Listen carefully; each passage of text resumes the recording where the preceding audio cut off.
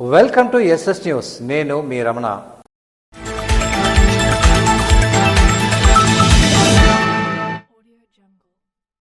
June 21న విశాఖపట్నంలో నరేంద్ర మోదీ నేతృత్వంలో నిర్వహించనున్న అంతర్జాతీయ యోగా దినోత్సవానికి రాష్ట్ర వ్యాప్తంగా యోగా ఉత్సవాలు ఊపందుకున్నాయి.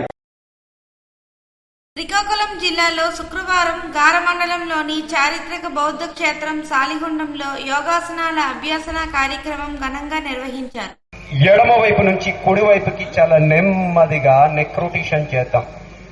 రైట్ నుంచి లెఫ్ట్ కి, లెఫ్ట్ నుంచి రైట్ కి చాలా నెమ్మదిగా శ్వాస తీసుకుంటూ కుడి వైపు నుంచి ఎడమ వైపుకి, ఎడమ వైపు నుంచి కుడి వైపుకి నెమ్మదిగా విశ్రాంతినిద్దాం. మెడని మానసిక ఒత్తిడిని తగ్గిస్తుంది, ముఖావయవాలకి రక్త ప్రసరణని అందిస్తుంది. ఈ సహింకాసన ఆసన స్థితిలో 1 నుంచి 5 శ్వాసలు నెమ్మదిగా తీసుకుంటారు. శ్వాసని నిదానంగా విడిచిపెడతారు.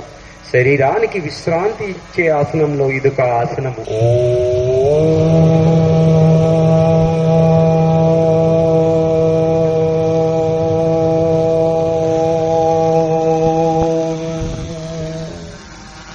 మరలా రెండోసారి కూడా శ్వాసని తీసుకోవాలి.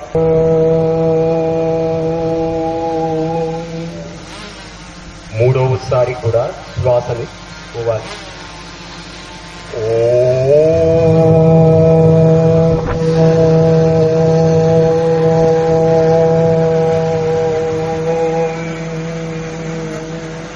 ఈ సందర్భంగా కేంద్ర పౌర విమానయాన శాఖ మంత్రి కింజరాపు రామ్మోహన్ నాయుడు మాట్లాడుతూ ఈ నెల 21న విశాఖలో మోదీ సారథ్యంలో 5 లక్షల మందితో భారీ యోగా కార్యక్రమం నిర్వహించనున్నారు. ప్రస్తుతం 150 దేశాల్లో యోగా దినోత్సవాన్ని జరుపుతున్నారని, ఇది భారతీయ సంస్కృతిలో వేల సంవత్సరాలుగా ఉన్న ప్రాచీన ప్రక్రియ. మోదీ కృషి వల్లే యోగా అంతర్జాతీయంగా గుర్తింపు పొందింది. ప్రపంచ దేశాలకు యోగా ప్రాముఖ్యాన్ని తెలియజేసిన ఘనత ఆయనకే దక్కుతుందని తెలియజేశారు. ప్రతిరోజు యోగాసనాలు వేయడం దినచర్యలో భాగం చేసుకుంటే శారీరక మానసిక ఆరోగ్యం కలుగుతుందని, శాలిహొండం వంటి 2వ శతాబ్ద కాలం నాటి బౌద్ధ క్షేత్రంలో ప్రశాంత వాతావరణంలో యోగా చేయడం మంచి అనుభూతిని ఇచ్చిందని తెలియజేశారు. భారతీయ సంస్కృతి మనకి ఇచ్చినటువంటి గొప్ప సంపద యోగా. అటువంటి యోగా ఈ రోజు సుమారు 150 దేశాల్లో చాలా గౌరవంతో ఆ యోగా కార్యక్రమాన్ని ముందుకు చేస్తున్నారు. మరి అలాగే మన భారతీయులు కూడా మన సంస్కృతిని గౌరవించుకుంటూ మన భవిష్యత్తు కోసం మానసికంగా శారీరకంగా భారతీయులు అందరూ కూడా ఫిట్ గా ఉండాలనే ఆలోచనతో యోగాని ప్రతి ఒక్కరు కూడా అభ్యసించాలి. ప్రపంచం మొత్తం కూడా చూసే విధంగా రికార్డు స్థాయిలో 5 లక్షల మంది పార్టిసిపేషన్ తో ఆ రోజు యోగాంధ్ర కార్యక్రమం కూడా మన విశాఖపట్నం నగరంలో చేస్తున్నాం. మరి ఎప్పటికప్పుడు చంద్రబాబు నాయుడు గారు కూడా ఆ యొక్క కార్యక్రమాల్ని పరిశీలిస్తూ చాలా గ్రాండ్ గా చేయాలని ఆ కార్యక్రమం కూడా నడుస్తుంది. దానికి ముందుగా ఇలాంటి యోగాంధ్ర కార్యక్రమాలు ప్రతి జిల్లాలో మంచి మంచి ప్రదేశాల్లో ఈరోజు పెట్టుకుని ప్రమోట్ చేసే పరిస్థితిలో ఈరోజు చేస్తున్నాం. చాలా అద్భుతంగా జరుగుతుంది. ముఖ్యంగా ఆనందించాల్సిన విషయం ఏంటంటే పబ్లిక్ తాలూకా రెస్పాన్స్ కూడా. ఒక సిటీలో చేసిన, రూరల్ ఏరియాలో చేసిన ప్రతి ఒక్కరు కూడా ఈరోజు యోగా కార్యక్రమాల్లో అందరూ కూడా పార్టిసిపేట్ చేస్తున్నారనంటే యోగా తాలూకా ప్రాముఖ్యత ప్రతి ఒక్కరికి కూడా ఏ రకంగా బలంగా వెళ్లిందనడానికి ఇది ఒక పెద్ద నిదర్శనం.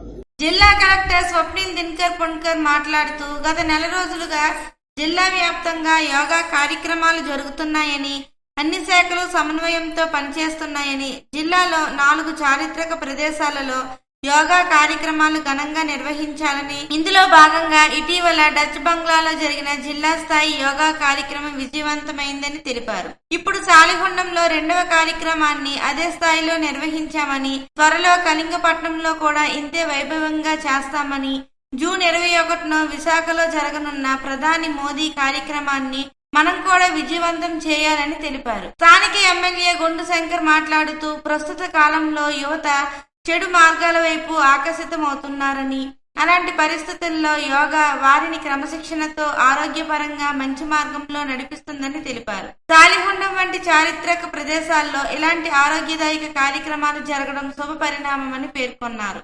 ఈ కార్యక్రమంలో జిల్లా ఆయుష్ అధికారి డాక్టర్ జగదీష్, డాక్టర్ ఉత్తమరాజ్ రాణా, వివిధ యోగా సంస్థలు గల గురువులు తంగి స్వాతి, కొంక్యాన మురళి, యోగా గురువు Murali, Gayatri, art of living Surendra, Kalpana, వివిధ ప్రభుత్వ శాఖల జిల్లా అధికారులు, స్వచ్ఛంద సంస్థలు, యోగా శిక్షణ కేంద్రాల సభ్యులు, పరిసర ప్రాంత గ్రామాల నుండి ప్రజలు పాల్గొన్నారు.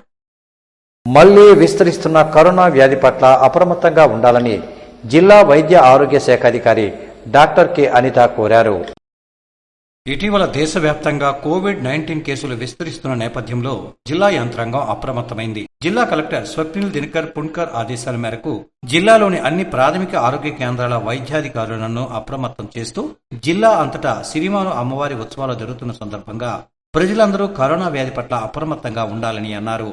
ముందస్తు జాగ్రత్తలు పాటించాలని, ప్రజలు భయాందోళనకు గురి కావద్దని, ప్రతి ఒక్కరూ మాస్కులు ధరిస్తూ సమూహాలుగా ఉండరాదని పేర్కొన్నారు.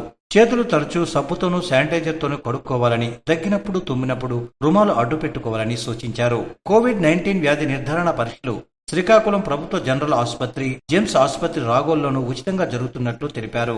అనుమానిత లక్షణాలు గలవారు అనగా జ్వరము, దగ్గు, అలసట, గొంతు నొప్పి, రుచి వాసన కోల్పోవడం, తలనొప్పి, జలుబు, నీళ్ల విరేచనాలు వంటి లక్షణాలు గలవారు కోవిడ్ పరీక్షలు తప్పనిసరిగా చేయించుకోవాలని తెలిపారు. ముఖ్యంగా ప్రతి ఒక్కరూ కోవిడ్-19 నిబంధనలు పాటించాలని, 60 ఏళ్లు దాటిన వృద్ధులు, 5 ఏళ్లలోపు పిల్లలు, గర్భిణీ స్త్రీలు అవసరమైతేనే ఇంటి నుంచి బయటికి రావాలని సూచించారు. ప్రతిభ గల విద్యార్థులను మనమంతా ప్రోత్సహించాలని శ్రీకాకుళం నియోజకవర్గ శాసనసభ్యులు గొండు శంకర్ కోరారు. శ్రీకాకుళం జిల్లా పద్మశాలి సంక్షేమ సంఘం ఆధ్వర్యంలో 2024-25 10వ తరగతిలో 550 పైబడి మార్కులు సాధించిన పద్మశాలి బాల బాలికలకు ప్రతిభ పురస్కార మహోత్సవ కార్యక్రమం నిర్వహించారు. ముఖ్య అతిథిగా శ్రీకాకుళం నియోజకవర్గ శాసనసభ్యులు గొండు శంకర్ పాల్గొని విద్యార్థులకు ప్రతిభ పురస్కారాలను అందించి అభినందించి మాట్లాడుతూ కష్టే ఫలని, కష్టపడితేనే ఫలితం వస్తుందని, ప్రతిభ గల విద్యార్థులకు ఇటువంటి అవార్డుల ప్రధాన ఉత్సవాలను నిర్వహించి ప్రోత్సాహాన్ని ఇవ్వటం ఒక బాధ్యతని, వారి ప్రతిభను గుర్తించి వెన్నుతట్టి ప్రోత్సహిస్తే భవిష్యత్తులో మరింత పట్టుదలతో చదివి భావితరానికి పూర్తి ప్రదాతలుగా నిలుస్తారన్నారు.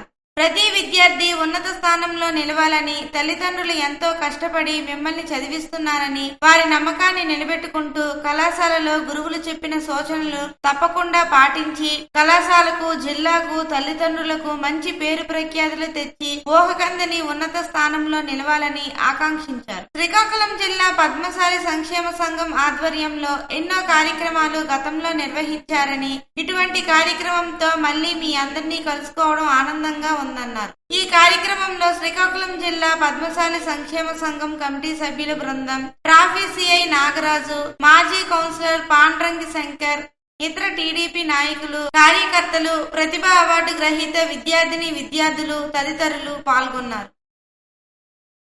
ప్రధానమంత్రి మోడీ ఆదేశాల మేరకు సీతయ్య ఫౌండేషన్ ఆధ్వర్యంలో మెగా యోగా దినోత్సవాన్ని కంచిలిలో ఘనంగా నిర్వహించారు.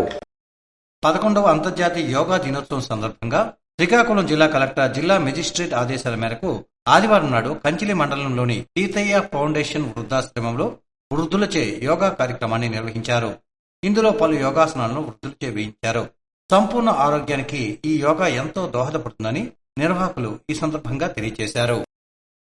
ప్రమాదవశాత్తు మరణించిన వారికి కూటమి ప్రభుత్వం ఎప్పుడూ అండగా ఉంటుందని మామిడి గోవిందరావు అన్నారు.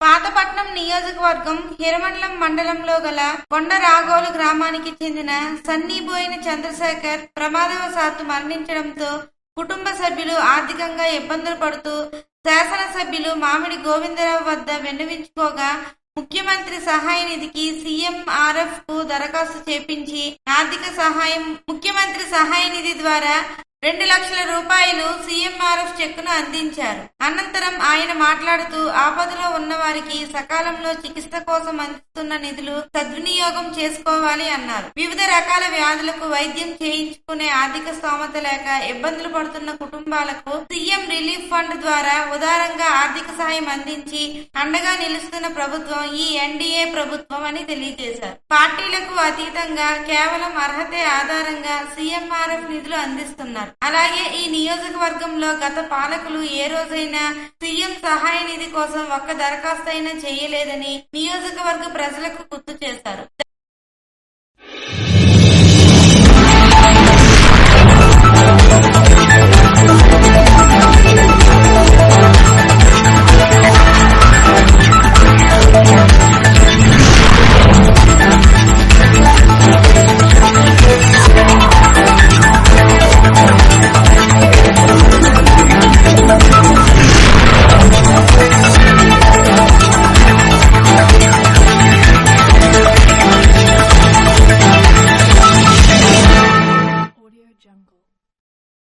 నూతనంగా వెలువడిన విశాఖపట్నం రైల్వే జోన్ కింద పలాస వరకు మాత్రమే ఉందని, ఇచ్చాపురం రైల్వే స్టేషన్ను కూడా చేర్చాలని ఇచ్చాపురం రైల్వే సాధన కమిటీ కన్వీనర్ కొండ శంకర్ రెడ్డి ప్రభుత్వాన్ని కోరారు.